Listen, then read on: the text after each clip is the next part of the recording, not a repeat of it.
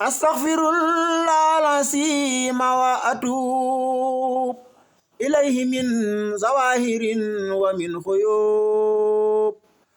astaghfirullah al-azim wa atub ilayhi min zawahirin wa min khuyub. sa'altuhu bihaqqi wajhillahi maghfiratan min jumlatil manahi.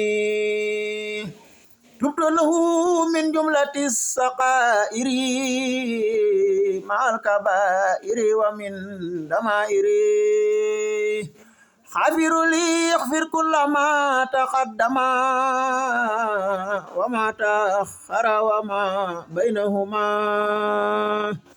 fahimni al ilma wa zidni hilma wa amalan wa adaban wa fahma. rabbi yaliksi fil uluma nafi'a waj'al hayati min saqa imaniha. iksif liyal asrara wal khawamida ya khayra man kasafa sirran khamida. lijma jami'a ma tafarraqa lada khati min al khairi wasa fil khalada. li khud lada tafakuril ahsamaya